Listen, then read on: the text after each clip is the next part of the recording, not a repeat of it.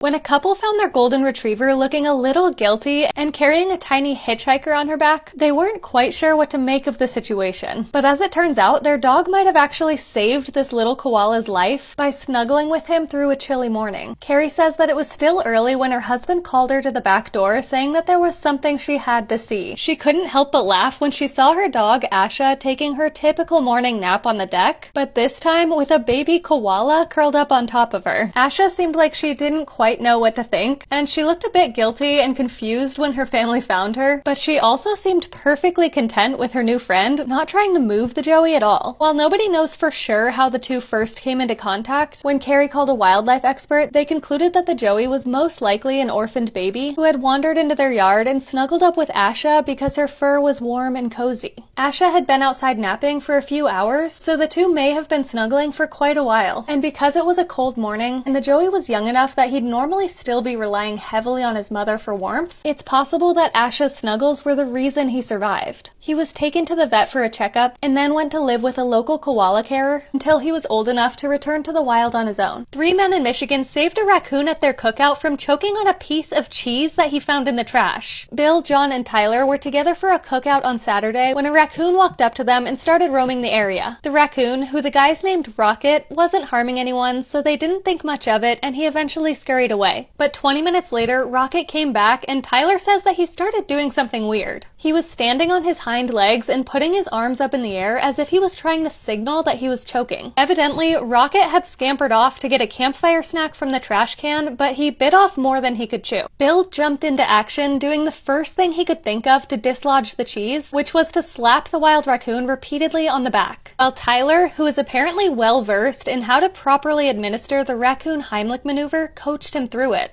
A little bit lower, Bill. Upward motion.